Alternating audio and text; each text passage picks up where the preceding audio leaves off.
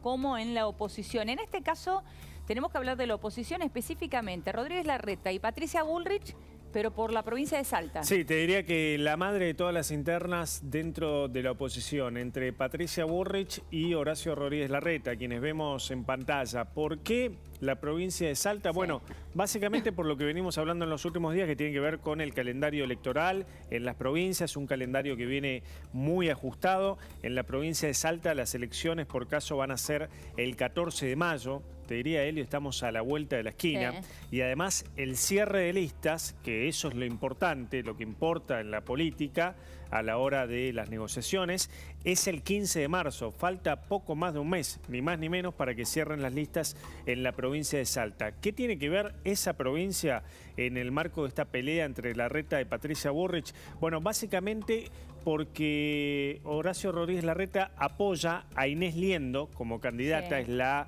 candidata del PRO para la provincia de Salta. La UCR tiene a Miguel Nani, que es otro dirigente muy reconocido en esa provincia, pero Patricia Bullrich en los últimos días se estuvo mostrando con gente o dirigentes aliados y cercanos al gobernador Sanz. Sí. De allí que estos encuentros de Patricia Bullrich con gente de Sanz. Sanz es un gobernador, si se quiere, masista, aliado al gobierno nacional que busca la reelección. Bueno, generaron algún tipo de resquemores, sobre todo en Horacio Rodríguez Larreta. Lo que dicen es, bueno, Patricia Bullrich busca acercarse a los actuales gobernadores con chance de ser reelecto para eventuales apoyos en su candidatura presidencial. Bueno, así las cosas, un nuevo capítulo en la interna de Juntos por el Cambio. La interna de la interna, podríamos decirle. Vamos a hablar de esto con Andrés Malamud. Bueno, es politólogo, ustedes lo conocen. Andrés, ¿cómo estás? Buenas tardes. Eleonora, buenas tardes, ¿cómo están por allá? Bien, muy bien, Andrés, muchísimas gracias por recibirnos. Bueno, a ver, decíamos, la interna está que arde en ambos sectores, tanto en el oficialismo como en la oposición. Me gustaría arrancar por la oposición, por esta introducción que hacía Javier hace minutos nada más, y preguntarte por cómo estás viendo el rol de Mauricio Macri frente a esta definición de candidatos. Macri es el nuevo Perón, en el sentido de que sigue siendo el jefe a pesar de no estar en el poder. Y construyó allá en el sur su puerta de hierro, donde van a buscar legitimación los que lo quieren suceder. Y él todavía juega con la ambigüedad, que es una cosa muy inteligente, que hace tanto políticamente como para protegerse judicialmente, sin decir si será candidato o no. Entonces van Larreta y Bullrich, las dos, a buscar su bendición. Y él se las muestra pero no se las entrega. Es muy inteligente lo que está haciendo y lo está haciendo porque puede. Y puede porque ningún otro liderazgo se consolidó después del suyo. Y esto lo que demuestra es dos cosas. Sí. Primero, que hay confianza que van a ganar, porque desde 2018 en América Latina todos los oficialismos presidenciales pierden las elecciones. Entonces, Juntos por el Cambio está confiado. Y segundo, que se odian. Esto no es simplemente una cuestión de estrategia o de ideología. Hay muy mala sangre por detrás. Claro. Y es muy probable que si esta interna es sangrienta, a diferencia de la de 2015, Cambiemos existió porque hubo PASO. Y ahora podría fracturarse porque hay PASO. Claro. No fracturarse porque va a haber diferentes candidaturas. Lo que se van a escapar son los votantes, si los dirigentes siguen haciendo este papel. Claro, sí, vos decís que estas peleas internas que estamos viendo de un lado y del otro no le están gustando para nada a la gente, y eso ¿creés que lo pueden llegar a hacer notar a la hora de votar? Sí. Si Patricia Bullrich insiste con militarizar la guerra contra las drogas, con meter a las Fuerzas Armadas en seguridad interior y gana la candidatura, es posible que los moderados de ese sector vayan a votar moderados en otro partido. Claro. Y si Larreta gana la interna y sigue con esta relación, que él negará, con Massa, por ejemplo, y con lo que algunos consideran el centrismo, los moderados del Frente de Todos, es posible que los extremistas de Bullrich, si pierden la interna, se vayan con Milei. Bueno, así que esto que están haciendo de crispar es porque están seguros de que ganan. Claro. Y esa seguridad se les puede volver en contra. Mira, ya que hablas de Milei, Andrés, te pido, Javi, que nos cuentes qué pasó con Javier Milei, que también tiene su propia interna, ¿no? Bueno, en este caso, puntualmente en la provincia de Neuquén, Elio, esto que pasó es realmente un escándalo por donde se mire, porque yo te lo voy a poner en este título y después lo vamos a escuchar al audio. El candidato de Javier Milei en la provincia de Neuquén denunció que le ofrecieron $800.000 para bajar su candidatura. Así como escuchás, Helio, el candidato de Milei en Neuquén denunció que le ofrecieron $800.000 para bajar su candidatura. Y lo decía de esta manera, si no me creés, lo escuchamos. Carlos Seguía. En este momento tomé la decisión de no participar y de no ser gobernador ni candidato a gobernador de la provincia del Neuquén. Priorizo mi salud, priorizo mi vida, priorizo un montón de cosas, porque acá hay 2 o 3 pelotudos que se creen que porque tienen un sello son los dueños de tu vida. Métanse el partido en el orto, muchachos, y no hablo de Javier Milei, no hablo de Javier Milei. He decidido a partir de este momento dedicarme pura y exclusivamente al periodismo porque, insisto, la política es una mierda absoluta. Es lo peor que existe en la vida de una persona. Esto que estamos escuchando, me quedé impactada por la forma en que lo dice también, ¿no? Además del hecho. Carlos Seguía, periodista, ¿no? Sí, claro. Ahora, lo quiero sumar a Andrés, porque en línea con esto, Andrés, que vos estabas diciendo, con respecto a cómo la gente rechaza este tipo de peleas de la política, bueno, esto que acabamos de ver, digo, ¿le genera un mal solamente a Milei o a la política en general? Porque acá además estamos hablando de un hombre que habla de la casta como la política. Yo no querría interrumpir este momento de entretenimiento familiar con el análisis político. Pero lo interesante es que el escándalo quizás es eso, no, pero está beneficia bien lo que está diciendo. ¿Es un entretenimiento esto que estamos escuchando, decís? Es un entretenimiento, es muy entretenido. Y lo interesante es que los escándalos no siempre perjudican a los que los realizan, a los que los causan. Claro. La política tradicional se perjudica por los escándalos. La política que viene por afuera y critica la casta y critica la política tradicional se beneficia. ¿Qué es sino escándalo Donald Trump? ¿Y qué es sino escándalo Jair Bolsonaro? Claro. Estaríamos engañados si pensamos que esto lo perjudica a Milei. Hay personajes como este que vienen a romper todo y que apuestan al hastío, al hartazgo, al no doy más, no me los banco más de la población, los escándalos lo favorecen. Claro. Ahora, ¿aparecen estos personajes y estos escándalos por esa incapacidad de generar liderazgos que tiene la política tradicional? Sí, la política tradicional está muy complicada, pero no solamente en Argentina, en todas las democracias occidentales. Lo que estamos viendo es que hay un desgaste general de la política mainstream, de la política central, de la política normal, convencional. Y en todos lados surgen alternativas, a veces por derecha, a veces por izquierda, en algunos casos antisistema, pero sobre todo escandalosa, alternativas escandalosas que buscan en los impulsos de la gente hurgar en la rabia, en la insatisfacción. Porque esto está estudiado. Muchas veces estamos dispuestos a votar en contra de nuestros propios intereses para sacarnos de encima a aquellos que nos humillaron, para hacerles pagar a aquellos que nos hicieron enojar. No me importa si voy a votar a alguien que va a hacer algo que va contra lo que yo pienso, contra lo que yo necesito, mientras lo que gano sea que estos tipos que no aguanto más se van al diablo. Y en sociedades polarizadas no hay liderazgos populares. Esto es algo que nuestros dirigentes todavía no entienden. Quieren ser amados por el 80%. Te ama el 80% cuando estás en una guerra o al principio de una pandemia.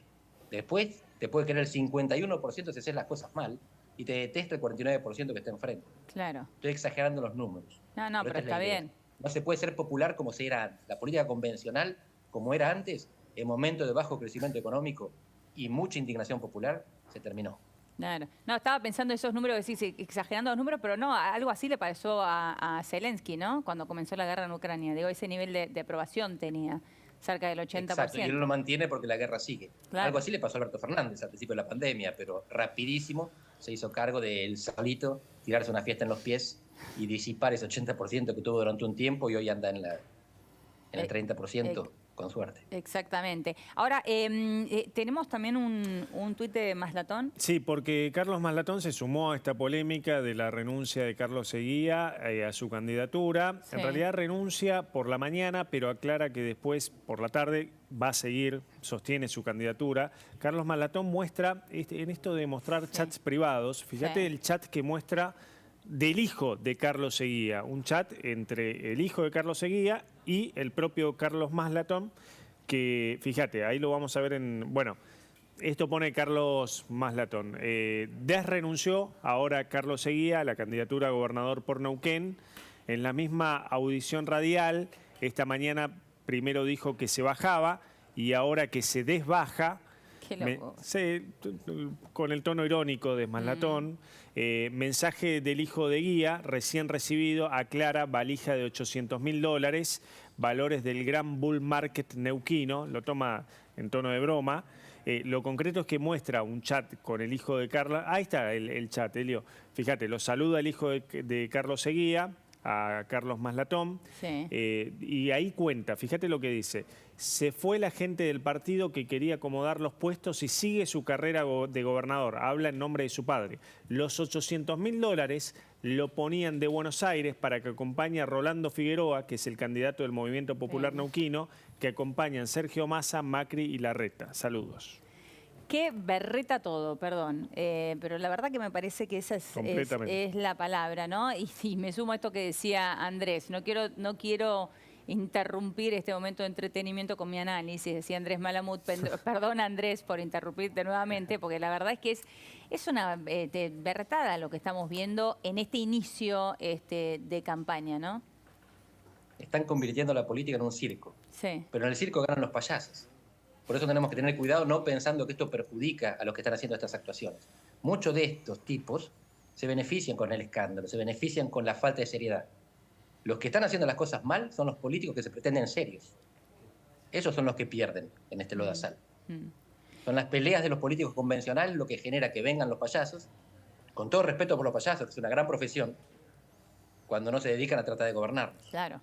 Pero claro. en esto están convirtiendo a la política en un circo. Y la gente ante esto reacciona tomando distancia. Por ahora no tuvimos en Argentina los movimientos antipolíticos, antiestado que vimos en otros lados, porque no hizo falta.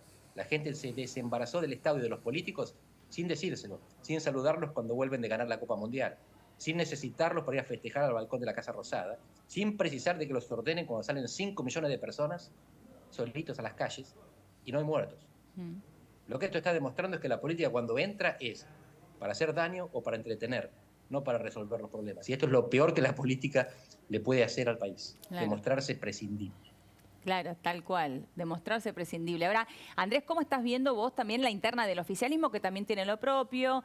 Hemos visto, también hemos tenido nuestro show durante toda esta semana entre Guado de Pedro diciéndole cosas al presidente, Victoria Tolosa Paz saliendo a defenderlo. Ahora finalmente el presidente parece que accede a una mesa política. ¿Creés que esa mesa política realmente puede llegar a resolver algo, por lo menos desde las candidaturas? No te digo desde la gestión, pero sí desde las candidaturas. Lo veo altamente improbable. El presidente piensa que tiene derecho a presentarse porque eso es lo que hacen todos los presidentes. Pero hubo uno que no lo hizo, fue Néstor Kirchner, solo que él tenía a mano una esposa. No parece ser el caso de Alberto Fernández. Pero él tiene que decir que va a ser candidato para extender la sombra del futuro, para proyectarse como presidente en ejercicio con poder hasta el último día del mandato. Si después pretende ser candidato, con estos antecedentes en América Latina de que todos pierden y con estos números de la economía, él no tiene chance. Lo que pasa es que él está probablemente, sinceramente convencido de que la economía va bien. Él parece creerse esas cosas que dice, cuando habla de crecimiento y no ve la inflación, o cuando habla de crecimiento del año pasado y no ve el estancamiento de este año. Así que con alguien que está tan alejado de la realidad, es difícil entender qué es lo que va a intentar. Y para saber qué es lo que puede hacer, lo que tenemos que ver es quiénes son sus habilitadores, quiénes son los que estarían al lado de él, permitiéndole que sea candidato otra vez. Claro. Si es su gabinete nada más, no parece tener suficiente gente capacitada. No, y ni siquiera su gabinete, porque su gabinete en realidad lo que quiere es competir con él. Y ahí también hay un gran dilema, ¿no? Porque hablamos del ministro de Economía, Sergio Massa, el ministro del Interior, Guado de Pedro, del jefe de gabinete, que también querrían ser parte de esta candidatura. Así es. Estaba pensando en Aníbal Fernández y Victoria Tolosa Paz. Claro, está bien. Su gabinete, porque el resto es un gabinete de otros. Claro, tenés razón. Ese sería su gabinete. ¿Te puedo llevar por un momento a la política brasileña, Andrés? Porque sé que me interesa escuchar tu análisis y tu visión con respecto a estas acusaciones que están surgiendo de Lula hacia Jair Bolsonaro, diciéndole que él está detrás del golpe y de lo que ha sucedido el 8 de enero. Bien, entonces te lo cuento con casos concretos para que entendamos mejor dale. cómo están las piezas en el tablero. acaban de reelegir al presidente de la Cámara de Diputados y al presidente de la Cámara de Senadores en Brasil. Eso es muy indicativo, pero no sabemos de qué. Y lo interesante es esto. Esos presidentes venían de hace 2 años y eran bolsonaristas. Ahora fueron reelectos siendo lulistas. Esto significa que Lula recuperó fuerza y con esta fuerza está en condiciones de enfrentar a Bolsonaro. Cuando él gana con el 51 contra el 49%, parecía que su futuro estaba casi echado. La derecha tenía 3 veces más legisladores en la Cámara de Diputados que la izquierda. Y sin embargo, con paciencia y con dinero, consiguió revertir la situación. Y hoy Bolsonaro está semi-solo. Sigue teniendo un conjunto de lunáticos que lo apoyan, que son muchos, son cerca del 30% de la población. Sigue teniendo simpatía en la comunidad de seguridad, que son sobre todo policías provinciales y algunos sectores militares, pero perdió el apoyo de los gobernadores y de los legisladores, y sobre todo de los jueces. Así que la misma Corte, el mismo Tribunal Supremo, que habilitó el juicio político contra Dilma Rousseff y que el PT consideraba golpistas, hoy son el principal apoyo del presidente Lula. No se habla más de golpismo. ¿Te acordás que decían, fora Temer? Como si Temer fuera el peor de todos los males, el vicepresidente de Dilma que terminó sustituyéndola. Bueno, toda esa gente de Temer hoy, y todos los que son como Temer, lo que llaman el centrón en Brasil, son aliados del gobierno. Y Bolsonaro está autoexiliado, como Pepín Rodríguez Simón, en Estados Unidos. Porque sabe quizás que si vuelve, va preso. Por eso, digo, este autoexilio que vos estás marcando de Bolsonaro, digo, ¿cuánto fue realmente mérito de Lula este giro, este cambio que vos estás marcando? ¿Y cuánto en realidad ayudó el propio Bolsonaro cuando no quiso reconocer su derrota en la elección, cuando decidió no entregar el mando, irse a Orlando y quedarse en Estados Unidos? Bolsonaro ayudó, pero acá lo que tenemos que entender también es el valor de la traición. Sí. En Estados Unidos está pasando algo parecido. El trumpismo sigue porque los valores que ellos encarnan son masivos. No son mayoritarios, pero son masivos. Pero eso no significa que ellos tienen que ser los líderes que encarnan esos valores. Puede haber otros. Por ejemplo, hay muchos senadores que fueron electos ahora por el bolsonarismo. Uno de ellos, Hamilton Mourão, era su vicepresidente, que él decidió que no lo acompaña en la boleta para la reelección. Así que lo descartó. Otro es Sergio Moro, el juez que se encargó de meter preso a Lula y que quería ser presidente también y fue ministro de Bolsonaro y Bolsonaro lo echó. Así que los que vienen del bolsonarismo quizás odien a Bolsonaro más que los que están enfrente, porque lo sufrieron en persona, porque fueron vilipendiados, fueron humillados, fueron relegados por Bolsonaro. Y después de la toma de los 3 poderes del 8 de enero en Brasil, Lula caminó acompañado por todos los gobernadores, los 27, que incluyen unos cuantos bolsonaristas, incluyendo los estados más grandes, Minas Gerais, San Pablo y Río. Así que Bolsonaro, quiero ser claro en esto, sigue representando valores que son masivos en Brasil, pero ya no es el líder de esa representación. Está lleno de bolsonarismo sin Bolsonaro, así que perfectamente puede ir preso, que no van a salir millones a defender. Miles sí, y con esto hay que tener cuidado. Claro, está bien. Miles sí, porque son muy ruidosos, y eso lo hemos visto también en este último tiempo. Ahora, el propio Bolsonaro, sin quererlo, termina fortaleciendo a Lula. Sí, y a Trump le pasó algo parecido, porque ellos estiran, tensan, no llega el momento de la concertación, es siempre golpear, y en algún momento rompen. Claro. En algún momento rompen con los propios, y ese es el momento en el que quedan desguarnecidos. Sí. Quería preguntarte por estos niveles de polarización, que también lo estamos viendo, lo vimos en Brasil. Cuando me tocó estar allí cubriendo la elección, yo me quedé impactada con el nivel de polarización que existía allí también, similar al que existe hoy aquí en la Argentina. Y